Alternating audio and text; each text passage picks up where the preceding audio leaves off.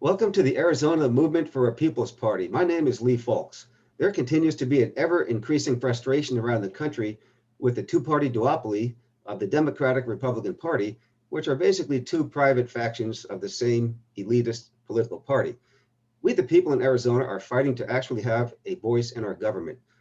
I'm a 25-year resident of Tucson, and with me here today is Ben Bossler, a spokesman for Voters Choice Arizona, which has been working hard trying to bring democracy to Arizona. Hello, Ben.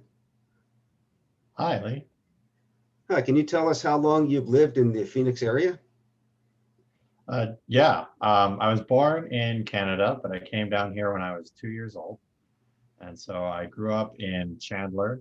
I went to university in Tucson, University of Arizona, got a bachelor's in mechanical engineering, and now I'm back in Chandler working for Intel. Oh, great. My mother's Canadian also, and I still have a lot of family up in Ontario. What part of Canada are you from? I was born in Ottawa. Oh, Uh, okay. All right. That's great. Yeah, I'd go to Canada all the time, Toronto area, and I still have great family there to this day. So I was kind of raised in an international family, born and raised in New Jersey. But all right. So um, how long has Voters Choice Arizona existed? So there's an organization, Voter Choice Arizona, actually formed early last year.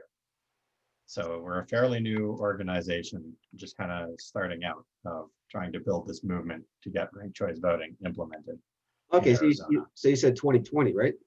2020, yep. Okay, great. Yeah, I think a real transition occurred around March when Bernie Sanders endorsed Joe Biden, and there was like a mass exodus and frustration for the Democratic Party. And also, you can see a lot of people are frustrated with the Republican Party. You saw that when they took over the Capitol on January 6th. I mean, I haven't seen that my entire life. I mean, I don't know if that's happened in the past 100 years.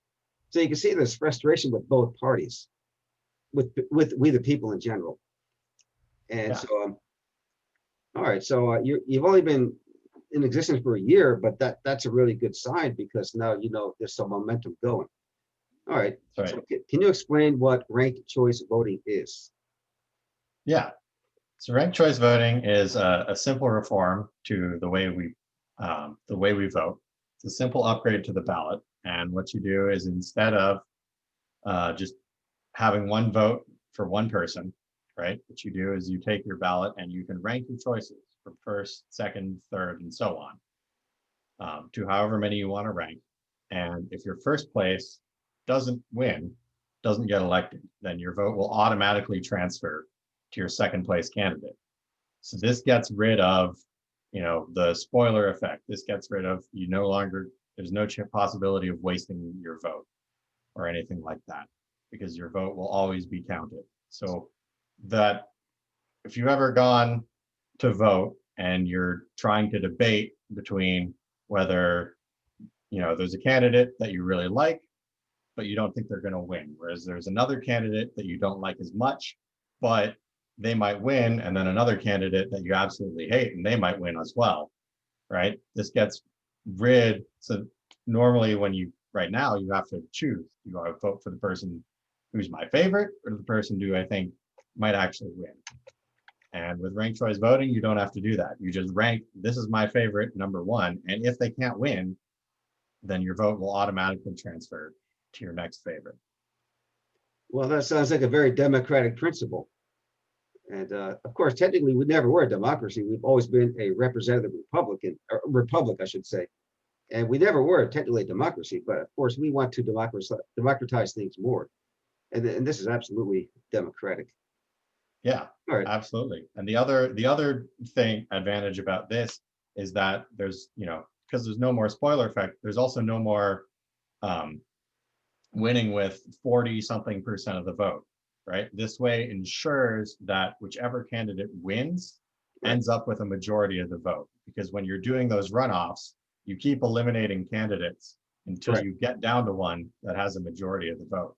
So, we talk about majority rule, right? That we think, whatever idea candidate gets the support of the majority of the people, that's what should happen. And that's not what our current system does. Our current system is whichever candidate gets the most, but not necessarily more than half of the people is what gets in. And so with ranked choice voting, you ensure that no candidate that's disliked by a majority will ever win. Whichever candidate wins always has a majority of the support. Right. Yeah, it's amazing how the Democratic Party and the Republican Party are both so afraid of a pure democracy, but that's the situation we find ourselves in. All right, so why did you first get involved with Voters Choice Arizona? So I've been interested in election systems for a while, just learning about ranked choice voting. And I was looking for something to do earlier this year when it was the pandemic and everything was locked down and, wasn't a whole lot of stuff. And I went looking for, hey, is there an organization in Arizona that's advocating for this? And it happened to be a couple months after Voter Choice Arizona had formed. And I found out about them and joined up and started volunteering. So. Well, that's great. I appreciate your involvement. And by the way, I just joined up myself just like less than a week ago. So I hope this spreads around the entire state. I would love to see it take off. I noticed that just 2 months ago, the November election was the first time in American history that any state ever allowed ranked choice voting for the presidential election, and that state was Maine. Do you see it stopping in Maine, or do you think this may be a trend that could spread around the country? Yeah, well, we're already seeing it spread. In that same election where Maine used ranked choice voting, this 2020 November election, Alaska passed a ballot measure that means that they will be using ranked choice voting statewide in their future elections as well. And there were ballot initiatives on a number of other states as well. Massachusetts had a ballot initiative that unfortunately didn't pass. But there's definitely momentum that's building up around the country. And so you can see that in, Voter Choice Arizona just formed this year, and there's other organizations forming around the state, around the country, different states to try and get this through. All right. I've been voting for about 35 years now. At different times, I was a member of both the Democratic and Republican parties at different times. And eventually I realized I quit them both. And I realized they've been bought out by the Wall Street bankers and the billionaires, especially in the past 3 to 4 decades. So now it's like the top 5% owns the entire political process. For example, Michael Bloomberg can go from a Republican right out of a single check, and all of a sudden he shows up in the Democratic Party debates, just like that, even though he had like less than 1% of popularity among Democrats. And the way he could just move over like that so fast with just simply he's like a 50 billionaire, 50 times over billionaire. And we want to give the choice back to the other 95% of us. Some say 99%, but I'll say 95%. Do you think it's possible to actually get the people into power in this country? That's a tough question there. But I will say that ranked choice voting is definitely one of the steps that we need to take in order to break up that two-party duopoly, that stranglehold over the country. Because right now, third parties, independents, anyone who wants to challenge that system gets shut out because of, the voters as well as the parties are worried about the spoiler effect. They're worried that if I give this vote to this person, I'm just going to be throwing away my vote because they can't win, right? And so it's this vicious cycle, this self-fulfilling prophecy of nobody votes for a third-party candidate because they can never win, so nobody votes for them, right? And there's just no way that we're going to have another party that emerges that comes in to challenge that system without having something like ranked choice voting. Right. I'm guessing, I don't know exactly how many billionaires we have in Arizona. I think there's about 600 in the country.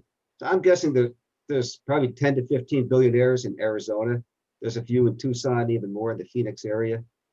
What would happen what if they approached your organization and tried to buy you out and shut you down? Does that sound like a crazy idea, or do you think that they could actually try that? I could they could try. I don't know. We're a grassroots organization. Until now, we all of our fundraising has been grassroots, local Arizona um, fundraising, and people support this. We're all here. We're all volunteers here, so I don't know if there's anybody in our organization right now that would be bought out by that. We're all donating our time right now. We're donating our own money. So nobody who's in this organization is here because it's a payday. Right, right. We have moral purity, right? We're not gonna sell out. Yeah, I think that's the general, that's what we're into. We want to have a party that's not going to sell out to a billionaire. That's something we don't have right now. And one that can actually get on the ballot and win too. All right, so how much does it really matter if other Arizonans get involved in Voters' Choice Arizona? Well, it matters a lot because the getting this on the ballot and getting this passed is going to be it's going to be a difficult effort, to be honest. To get the ballot initiative and to get the message out, because people, if they don't know, what a ballot measure is, what it means, what it's saying, they're going to not vote on it, or they're going to vote no, right? Nobody's going to vote yes to say we're going to make a big change to the voting system if they don't understand what that is. And so getting that message out to everyone, most people have never heard of ranked choice voting. Most people have never even considered that could be a better way, right, to vote than the way that we have. And those people, if you come up to them, they're just, they're going to vote no, or they're not going to vote at all. And so to get our message out to all of those people to the point where we could actually get a ballot measure through and get it passed like they did in Maine or like they did in Alaska, it's going to take a lot of effort to get out and to educate people and to let people know about all of that stuff. So we definitely need people who are going to be able to volunteer, to donate, to help us out in any way to build this movement, because we're really going to need, to get everybody on board with this movement, and that takes a lot of work. So anything that people want to sign up, help us get the message out, right? Or to even donate. I can see you're pulling up our page there, right? So you can click on the donate button, or there's a volunteer button at the top of that page. Yeah, it's voterchoicearizona.org if you want to sign up. Oh yeah, we're hoping we can get hundreds of people to sign up, very soon, or thousands, or there's no limit. And yeah, I did flash your website up there. It's called voterschoicearizona.org, and we encourage any Arizonans to visit the website and sign up for it, as we want to grow the organization. All right, so I did a little bit of research on ranked choice voting, on the history of it, and I noticed that it exists to a limited extent in all the states that surround Arizona. And that means California, Utah, Colorado, Nevada, New Mexico. Why do we always have to be the odd state out? Do you think we could make it catch on in Arizona, which could establish it in the entire Southwest? Yeah, I absolutely think it can catch on in Arizona. Arizona has a history, I think, of being a little bit independent. We had vote by mail before anybody else, really, before most places did, right? And we've had independent redistricting commissions, was something that was passed in Arizona a while ago. So I think they really are tired of the two parties, as they are everywhere. But I think Arizona has a good case for this. Also, just in our recent elections, there's a number of races, including the presidential one, that potentially had a spoiler effect here in Arizona, where potentially having a third party on the ballot changed the margin over. Enough people voted for that third party that it could have changed the result of the election. And so I think that definitely makes the case that here in Arizona, there are very good reasons to support ranked choice voting. Yeah, I've been in Arizona 25 years, and it's been like pure red up until like 2018, since we elected two Democratic senators. So you can see there's a trend, a leftward trend going on in the past 2 or 3 years. So, uh, so I want to ask you one more question. What obstacles do we have to overcome? Now, I'm assuming this is going to be met with resistance from the two establishment parties. So what obstacles do we have to overcome in order to actually implement ranked choice voting? Yeah.